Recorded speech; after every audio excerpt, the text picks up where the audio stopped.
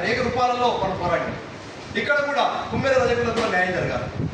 అక్కడ దళిత కుటుంబం, రజక కుటుంబం, బీసీ సంఘాలు, ఎస్సీ సంఘాలు అందరూ అండగా నిలబడ్డారు. కాబట్టి వీళ్ళకు కూడా న్యాయం జరగాలి, దోషుల మీద హత్య కేసు పెట్టాలి అనే ప్రధానమైనటువంటి డిమాండ్ మనది.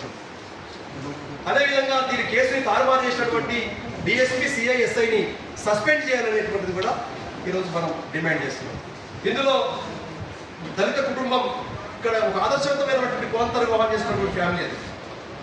ఇక్కడ కులదురాకారం అడ్డం వచ్చింది. అక్కడ ఉన్నటువంటి కుమ్మెర పెత్తందారులకు కులదురాకారం కనపడ్డది వాళ్ళకి. అంటే మాదిగా దాన్ని ఒక సాగరోడు పెళ్లి చేసుకుంటాడా అనేటువంటి దూషణతోటి దాడి చేసి కొట్టినటువంటి కూడా వచ్చింది. కాబట్టి కొట్టేటప్పుడు తిట్టిరు కాబట్టి కులం పేరుతోటి అట్రాసిటీ కూడా రావాలని చెప్పి ఇలా మనం డిమాండ్ చేస్తున్నాం.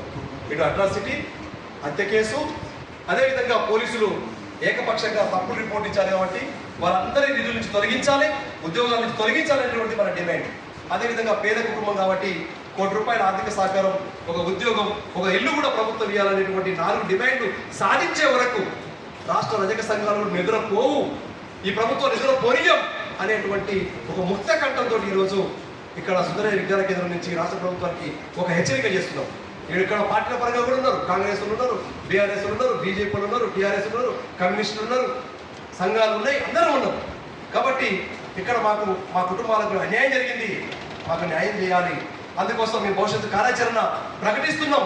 ఈ ప్రభుత్వం వెంటనే దిగిరాకపోతే చాలా సీరియస్గా ఈ ప్రభుత్వాన్ని బోర్డులో పెడతాం, ఆ రకంగా నిలదీస్తాం అనేటువంటి దృష్టి, ఆ ఉద్దేశం ఎజెండాతోటే ఈరోజు కుమ్మెర రజకులకు న్యాయం చేయాలి, పెత్తందారులందరినీ కూడా శిక్షించాలనేటువంటి దాంతో ఈ యొక్క సంయుక్త సమావేశం